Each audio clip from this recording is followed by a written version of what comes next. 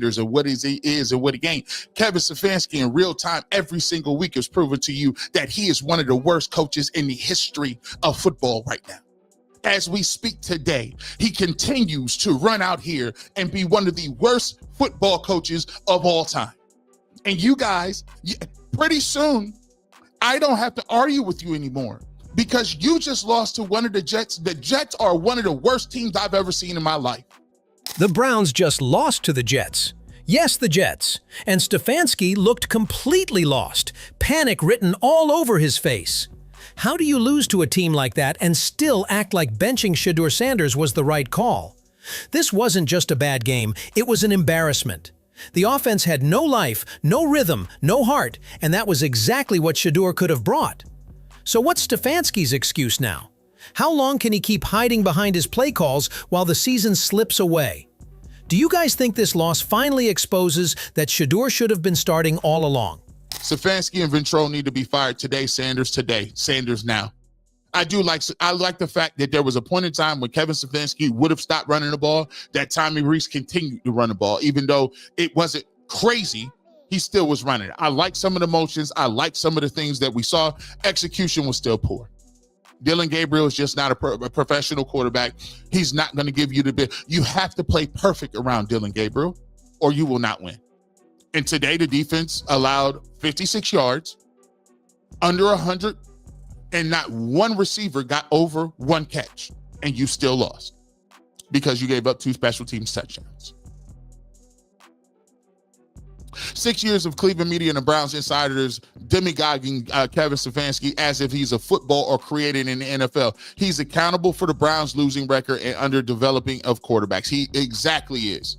Stefanski has turned Sundays into suffering for Browns fans. Week after week, he's proving not just that he's struggling, but that he might actually be one of the worst coaches in football right now. You look at that game against the Jets, and it's hard to even find a word for it other than embarrassing.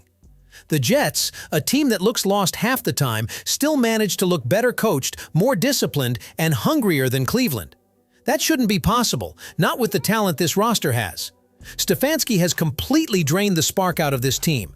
No energy, no creativity, no leadership, just the same lifeless, penalty-filled football that makes you question if he even knows what he's doing anymore. The loss to the Jets wasn't just another mark in the loss column, it was a message. It screamed that this coaching staff has no plan, no direction, and no clue how to get this team moving forward. Watching that game felt like torture. Fans didn't just lose faith, they also lost patience. The calling was flat, the execution was sloppy, and the team looked completely disconnected from their coach. At this point, you have to wonder how anyone in that locker room still believes in the system Stefanski's running. The man has talent at quarterback, sitting right there, waiting Shedeur, and yet he chooses to ignore him like he's invisible. That's not strategy, that's ego. That's pride standing in the way of progress. And now, after another humiliating loss, it's fair to ask the tough questions. How much longer can the Browns keep doing this? How much longer can Stefanski keep making excuses? Why is Shedeur still sitting on the sidelines while this team collapses every week? What more needs to happen before someone in Cleveland says, enough is enough? And seriously, how do some guys in the media think Stefanski still deserves to be the head coach after losing to the Jets? Dillon Gabriel's performance was flat-out painful to watch. His execution was off from the start. The reads, the timing, the throws, everything. You could see it in every possession that this guy is not built for professional football at this level. And yet, Stefanski keeps sending him out there like it's going to magically work one of these days. The offense looked lost, confused, and completely out of rhythm. You can't win in the NFL when your quarterback needs everyone else to play perfectly just to survive. That's not leadership, that's damage control. And the fact that Stefanski and Ventrell are still calling the shots after this disaster is beyond frustrating. They should have been gone the moment this team started repeating the same mistakes week after week. It's almost insulting to the fans at this point. Cleveland's defense actually did its job, holding the Jets to under 100 yards, shutting down their receivers, forcing punts, and doing everything you would want from a defensive unit. But what did it matter? 2 special teams blunders turned into touchdowns, and once again, the offense had no answer. You can't keep blaming luck, injuries, or rebuilding years. At some point, accountability has to start at the top with the head coach and his staff. Kevin Stefanski has had years to get it right, and all he's managed to do is run this team in circles. He's been praised by the local media as some kind of offensive genius, but where's the proof? Where's the growth? Where's the quarterback development he's supposed to be known for? Every quarterback under him either stalls or regresses, and here's the truth. Nobody in Cleveland wants to admit this team needs a reset, and it starts with Stefanski's exit. The longer they hold on to him, the worse it's going to get. The Browns have talent, but talent without leadership is useless. It's time to give Shedeur Sanders the shot he deserves. Enough with the excuses, enough with protecting underperformers. How many times do fans have to watch this same story play out? How long can the front office pretend this is progress? And seriously, if losing games like this doesn't wake them up, what will? And guess what? The longer you keep Shedeur Sanders on the sideline, all it does is make you look stupid. You guys don't even get it. You're turning it into, hey, we really want to see him play. We want to see him play. We really want to see him play. So you know what? Leave him over there. Because I don't even, listen, I just want you to look like you a fool. You see, it done got to a point where it's like, I'm not begging you to put nobody in. Because every single game that you go out there, you look like a fool.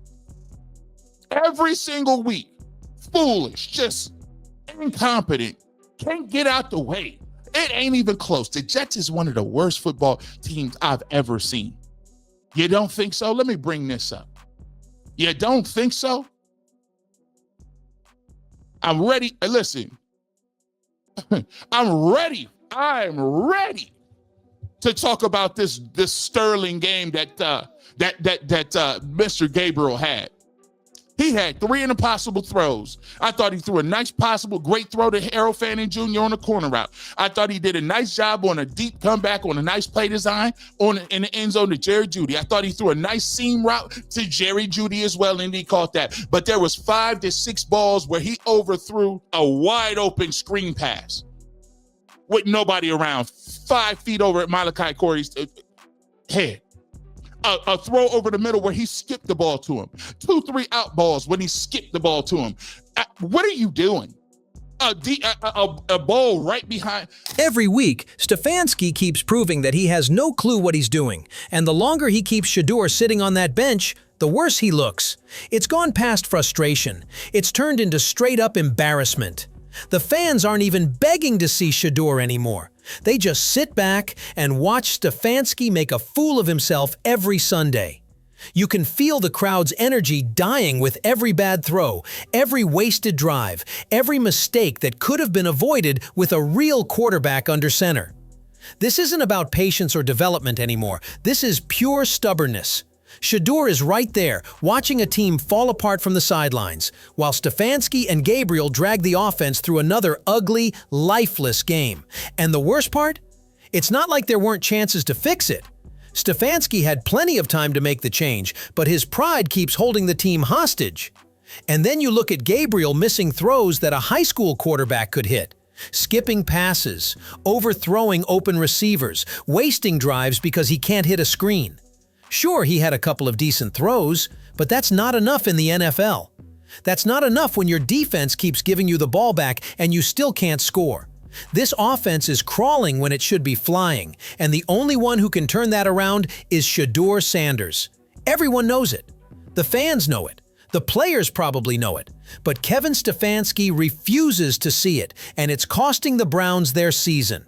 So how much longer does this go on? How many more bad games does it take before Stefanski finally wakes up? Because every week, he keeps Shedeur on the sideline. He's not just losing games, he's losing respect. Nobody's going to call this stuff out. I can't do it anymore. I mean, what was that? We had 2 weeks out of the bye, Darlene. We had 2 weeks. I told my guys at work in the fantasy football league that I to put $5 down on Dylan Gabriel passing for over 200 yards. And they had 2 weeks to get it done, and they played the Jets, who are 1-7. And we still didn't get it done. I don't understand it. I mean, every single drive in the first half, I get so excited about the drive and where we're going with things, and then it just kind of falters, like it always does. This time you lose by a different way. 2 return kicks in like 36 seconds. You see, I played on bad teams before. I played on good teams before. And let me tell you about the characteristics of bad teams.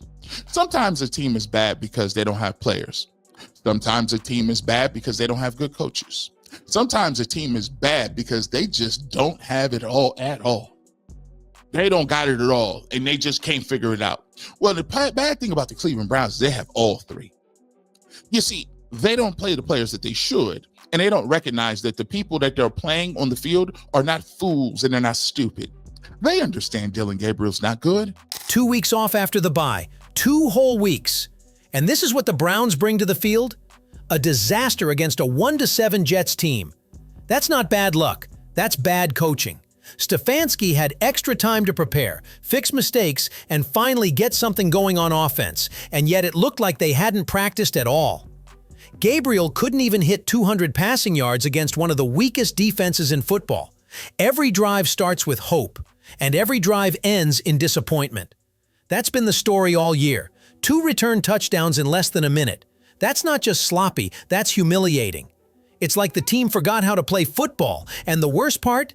You can't even blame talent this time. The Browns have players. They have a solid defense. They have skill guys. They even have Shedeur waiting, ready to bring life to this offense. But Stefanski won't move. He keeps forcing a broken plan that everyone knows isn't working. At this point, what are we even watching? How can you have talent on the roster and still look this unprepared? How do you have a bye week, rest up, get your playbook right, and still lose to one of the worst teams in the league? What does it take for this coaching staff to finally wake up? The players know Gabriel isn't the answer. They see it every snap. The fans know it. The media knows it. So what's Stefanski holding on to? Pride? Fear of being wrong about Shedeur Sanders?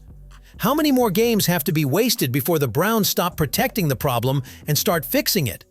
Do you really think this team has a future if Shedeur keeps sitting on the bench while Stefanski keeps pretending everything's fine?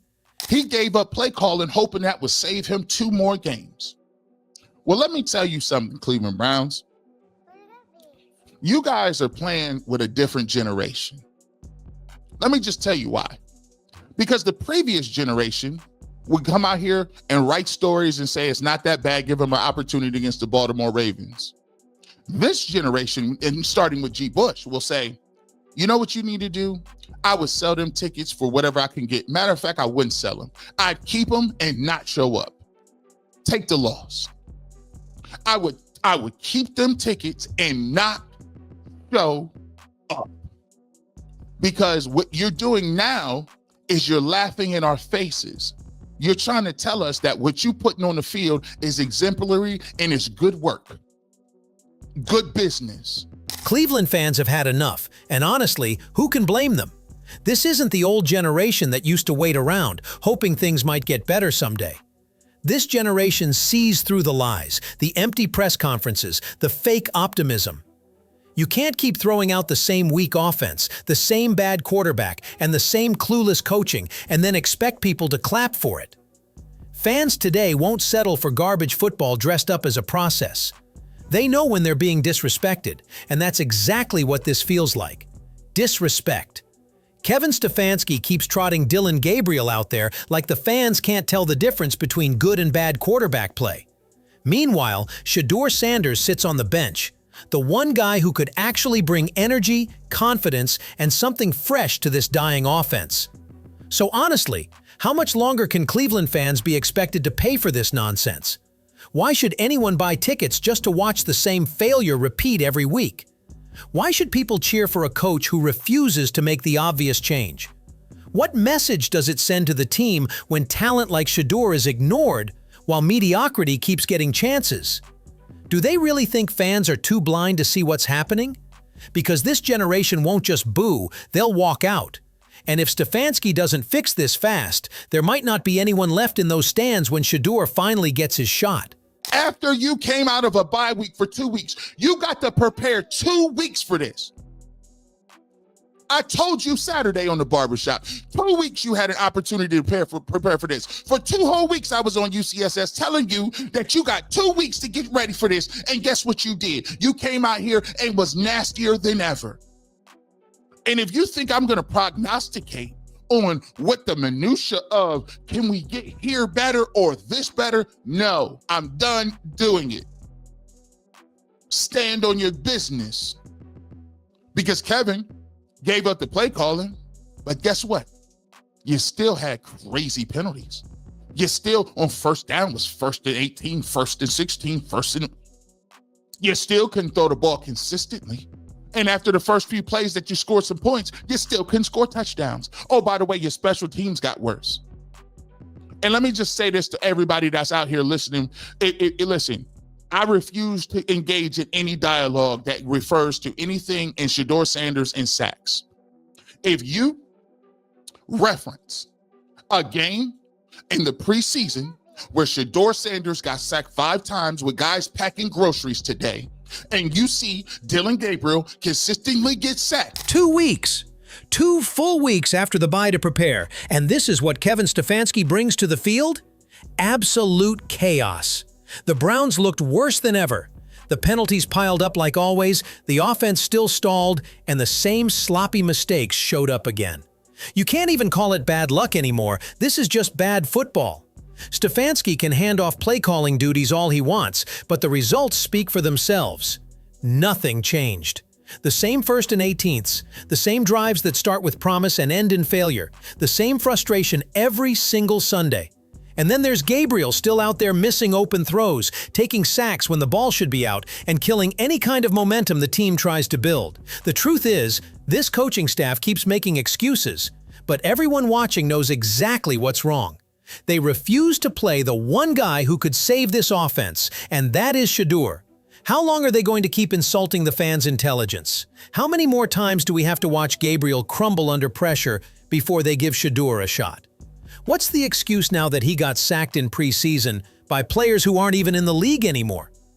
Are they really going to keep hiding behind that? How can Stefanski talk about preparation when his team looks worse after a bye week? How long can this continue before someone steps in and says enough is enough? And honestly, how much more losing does it take before Cleveland finally wakes up and realizes Shedeur should have been the starter all along? At this point, the Browns' loss after a 2-week bye says it all. Stefanski's system is broken, and keeping Shedeur on the bench is only making it worse. If Cleveland wants to save its season, the change has to start now. Don't forget to subscribe and like it if you're tired of watching the same mistakes every week. Do you think Stefanski finally gives Shedeur the start next game, or are we stuck in the same cycle again?